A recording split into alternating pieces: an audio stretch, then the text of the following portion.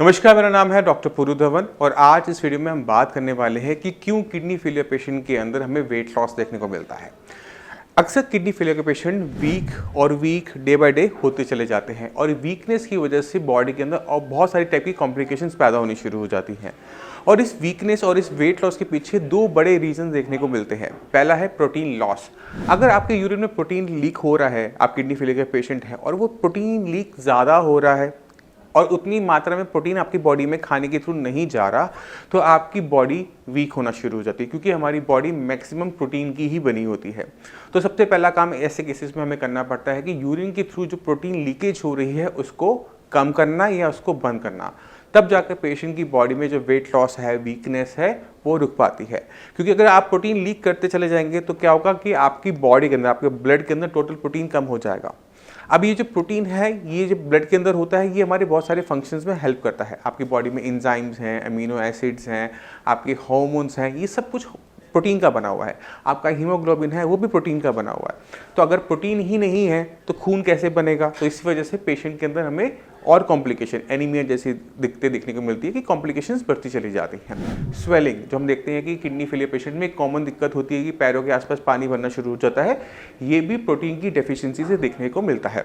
तो हमने इस कारण से प्रोटीन लॉस को रोकना होता है। दूसरा सबसे बड़ा कारण वेट लॉस का होता है, वो है परहेज। ये मैं किताबों से नहीं बता रहा, ये एक्सपीरियंस से बता रहा हूँ, क्योंकि मैक्सिमम पेशेंट जब आते हैं, विजिट करते हैं, तो किसी न किसी टाइप का वो परहेज कर रहे होते हैं। अब परहेज ज़रूरी है किडनी फेलियर पेशेंट के लिए, बट इतना परहेज करना कि आप अपनी बॉडी को ख़राब कर दो, वो किसी भी तरह से लॉजिकल नहीं होता। अब वो परहेज में क्या गलती करते हैं उसको भी हम डिस्कस कर लेते हैं। अगर किडनी फेलियर का पेशेंट अपनी डाइट में सिर्फ घिया, तोरी, टिंडा उबाल के खाता है, उसमें हल्दी नमक डाल के खाता है, यानी वो परहेज जो कर रहा है वो एक्सट्रीम लेवल का कर रहा है, उससे इसकी बॉडी की रिक्वायर्ड अमाउंट में कार्बोहाइड्रेट्स और प्रोटीन नहीं जा पाता। बॉडी में बहुत सारी टाइप की डेफिशिएंसीज बननी शुरू हो जाती है। मसल मास, हमारी जो मांसपेशियां हैं वो खत्म होनी शुरू हो जाती हैं, मांसपेशियां सूखना शुरू कर देती है, बॉडी बहुत तेजी से वेट लूज करना शुरू कर देती है। ये किसी बीमारी की वजह से नहीं हो रहा, ये परहेज की वजह से हो रहा है, क्योंकि पेशेंट चाहता है मैं परहेज करूँ और मैं ठीक हो जाऊँ। बट आप सभी को ये समझने की ज़रूरत होती है कि जब हम परहेज ज़रूरत से ज़्यादा करते हैं तो किडनी तो गई हुई है ऑलरेडी, हमारी पूरी बॉडी भी खराब होनी शुरू होती है और बैक टू बैक इतनी सारी कॉम्प्लिकेशंस किडनी फेलियर पेशेंट को फेस करना पड़ता है कि डॉक्टर्स के लिए उसे संभाल पाना मुश्किल हो जाता है। अब आपको एक चीज़ के बारे में और ध्यान रखना चाहिए कि जब आप परहेज कर रहे हो, एक्सट्रीम लेवल का परहेज कर रहे हो, तो आपको क्या नुकसान और देखने को मिलता है। किडनी जब खराब होती है तो अक्सर किडनी फेल होने के बाद पेशेंट को डायलिसिस के लिए बोला जाता है, और डायलिसिस के टाइम में एक ही सबसे बड़ा डिसएडवांटेज ये होता है कि पेशेंट वीक बाय वीक होता रहता है। जैसे जैसे डायलिसिस होंगे पेशेंट वीक होता चला जाएगा। तो अगर आपकी बॉडी ऑलरेडी वीक है तो आप डायलिसिस करवा पाओगे? नहीं करवा सकते। तो अगर हम परहेज बहुत ज़्यादा करते हैं तो कहने का मतलब ये है कि हम एक अपना सर्वाइवल का रास्ता बंद कर देते हैं। कल को किसी इमरजेंसी की वजह से आपको डायलिसिस की ज़रूरत पड़ जाए तो हो नहीं पाएगा, क्योंकि आप में बॉडी में इतनी वीकनेस है। तो इस वीकनेस को ख़त्म करने के लिए दो ही तरीके होते हैं। पहला है यूरिन के रास्ते प्रोटीन को बंद करना।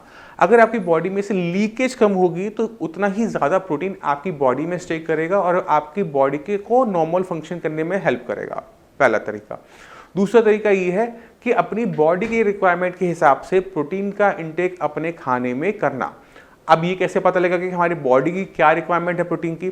तो बहुत सिंपल सा तरीका होता है कि जब आप KFT करवाते हैं तो आपकी KFT रिपोर्ट के अंदर टोटल प्रोटीन, एल्ब्यूमिन, ग्लोबुलिन सब कुछ आ रहा होता है। ये जो सेक्शन होता है ये बताता है कि हमारे ब्लड में कितना प्रोटीन है।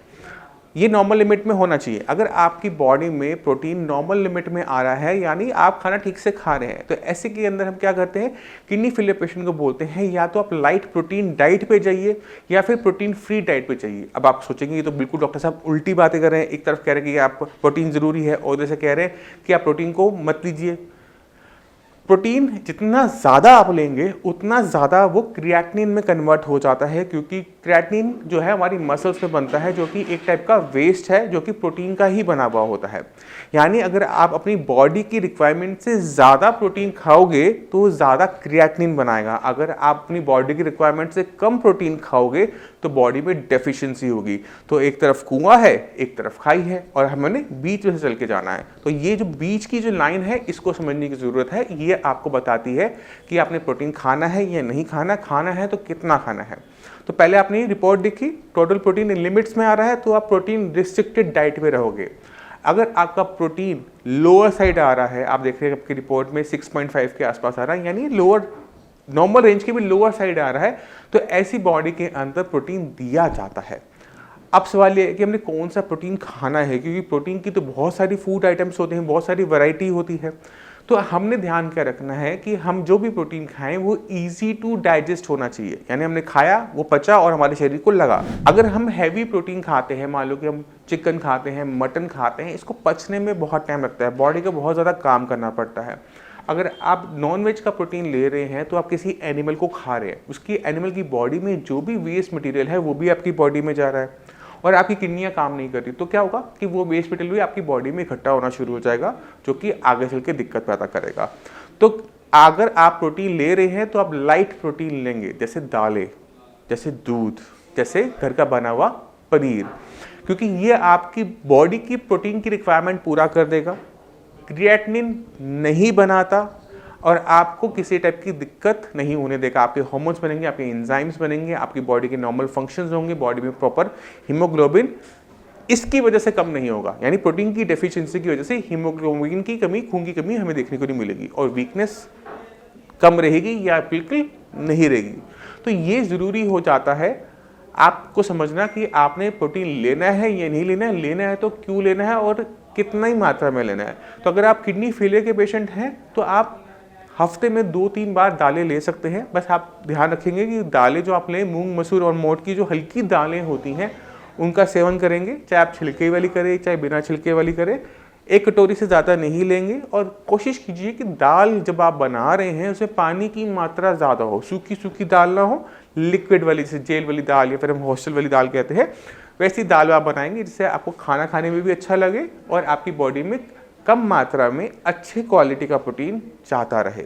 इसी तरह से दूध ले सकते हैं, गाय का दूध बहुत अच्छा होता है, प्रोटीन की मात्रा अच्छी होती है, वो आपको हेल्प करेगा आपकी बॉडी की प्रोटीन की रिक्वायरमेंट को पूरा करने में। क्योंकि अगर आप एक कप दूध पी रहे हैं तो उसमें प्रोटीन कितना है, इतना सा, और इतना ही प्रोटीन हमें डेली बेसिस पे चाहिए होता है, तो हमें थोड़ा सा प्रोटीन जो है हम दूध से भी ले सकते हैं।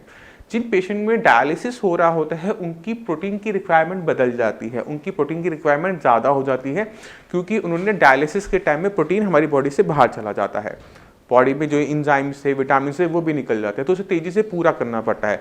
इसी वजह से डायलिसिस के टाइम पे आपको मल्टीविटामिन इंजेक्शंस भी दिए जाते हैं, क्योंकि हमें पता है कि डायलिसिस के टाइम में वो भी बॉडी से बाहर चले गए। अब आप क्या करेंगे, अपनी बॉडी को पूरा करने के लिए ऐसे पेशेंट जिनका डायलिसिस चल रहा है वो अपनी प्रोटीन की डाइट के अंदर एग्स को ऐड कर सकते हैं, एग वाइट को ऐड कर सकते हैं, जिससे उनकी बॉडी में किसी टाइप की डेफिशिएंसी ना हो, क्योंकि एग को कंप्लीट फूड कहा जाता है। इसमें विटामिन, मिनरल, न्यूट्रिशन सब कुछ पूरा होता है। एक आधा विटामिन सी जैसा छोटा मोटा अपना जो विटामिन है वो उसकी डेफिशिएंसी देखने को मिलती है, बाकी सब वो कंप्लीट फूड में काउंट होता है। इसी तरह से दूध भी कंप्लीट फूड में काउंट होता है। जब हम छोटे होते हैं तो पहले 6 महीने तो सिर्फ दूध पे रहते हैं और हमारी बॉडी अच्छे तरीके से ग्रो करती है। इसी वजह से दूध ज़रूरी हो जाता है। अब अगर दूध की किस फॉर्म को लें, क्योंकि दूध में तो पानी बहुत ज़्यादा है ना, लिक्विड बहुत फॉर्म में, तो दूध की एक फॉर्म होती है जिसे हम कहते हैं छेना। छेना पनीर ही होता है, बट इसे घर में बनाया जाता है और फ्रेशली बनाया हुआ जो पनीर होता है, छेना होता है, उसको आप ले सकते हैं, वही पेशेंट जिनका डायलिसिस हो रहा है। तो इस तरह से आप अपनी प्रोटीन की डेफिशिएंसी को पूरा करते हुए अपने वेट लॉस को होने से रोक सकते हो। आप वेट गेन मत करो, बट वेट लूज करने की भी ज़रूरत नहीं है, क्योंकि जितनी वेट लूज आप करोगे उतना ही आपकी बॉडी में वीकनेस, बॉडी की डिग्रेडेशन, बॉडी में डेफिशिएंसीज तैयार होंगी, जो कि एक कॉम्प्लिकेशन दूसरी कॉम्प्लिकेशंस को, बीमारियों को तैयार करना शुरू कर देगी। और जब बॉडी में एक ऑर्गन खराब होता है तो उसका असर दूसरे ऑर्गन पर ज़रूर पड़ता है, दूसरे से तीसरे पे ज़रूर पड़ता है, और धीरे धीरे पूरी बॉडी में मल्टी सिस्टम फेलियर शुरू हो जाता है। तो हमने इसे रोकने के लिए आपको खाना खाने की ज़रूरत है। एक और बहुत इंपॉर्टेंट बात होती है, अगर आप खाना ढंग से नहीं खा रहे, खाने में डेफिशिएंसी है, तो आपकी किडनी भी ढंग से काम नहीं करेगी। आपकी किडनी कमज़ोर है, काम नहीं करी, मगर इसका मतलब ये नहीं है कि आप उसे खाना देना बंद कर दो, क्योंकि जब आपने खाना खाना बंद किया था तो आपकी किडनी को भी खाना मिलना बंद हो गया, और जब उसे खाना मिलना बंद हो गया तो धीरे धीरे वो तेज़ी से वीक होनी शुरू होगी। क्रिएटिन आपका बढ़ेगा, घटेगा नहीं, क्योंकि मसल्स में बनता है क्रिएटिन, जैसे मैंने पहले समझाया। तो अगर कोई पेशेंट खाना खाना कम कर देता है या बंद कर देता है तो बॉडी बहुत तेज़ी से वेट लूज़ करती है, और ये वेट कहाँ से जाता है? मसल से। मसल सूखना शुरू करती हैं। तो हिंदी में एक कहावत है, ना होगा बाँस ना बजेगी बाँसुरी, ना होंगी मांसपेशियाँ ना बनेगा क्रिएटिनिन। तो अक्सर क्रिएटिनिन डाउन होता है, बट आप डॉक्टर से पूछो कितने टाइम वो लोअर साइड रहता है। उस मुश्किल से 1 महीना या 2 महीना वो नीचे वाले लेवल्स पर रहेगा, और फिर जब वो बढ़ता है तो पेशेंट को सीधा डायलिसिस की तरफ लेके जाता है, और पेशेंट डायलिसिस को भी सर्वाइव नहीं कर पाता क्योंकि पिछले 2 महीने में पेशेंट ने कुछ ढंग से खाना खाया नहीं है। तो ऐसी गलतियाँ किडनी फेलियर के पेशेंट ना करें।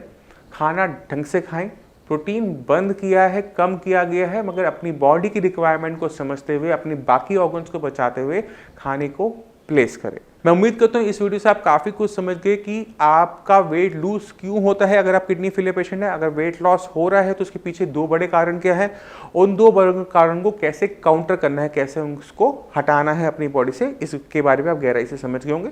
फिर भी कोई भी डाउट हो, कुछ भी पूछना चाहते हो, मोस्ट वेलकम है। आप मुझसे आके मिल सकते हैं। डॉक्टर्स की पूरी टीम है, आप उनसे मिल सकते हैं, उनसे बात कर सकते हैं, वो आपको हेल्प आउट करेंगे आपकी बीमारी को हराने में। अब इसी के साथ आप सभी से चलने की आगे चाहूँगा। मिलते हैं अगली वीडियो में, तब तक के लिए नमस्कार।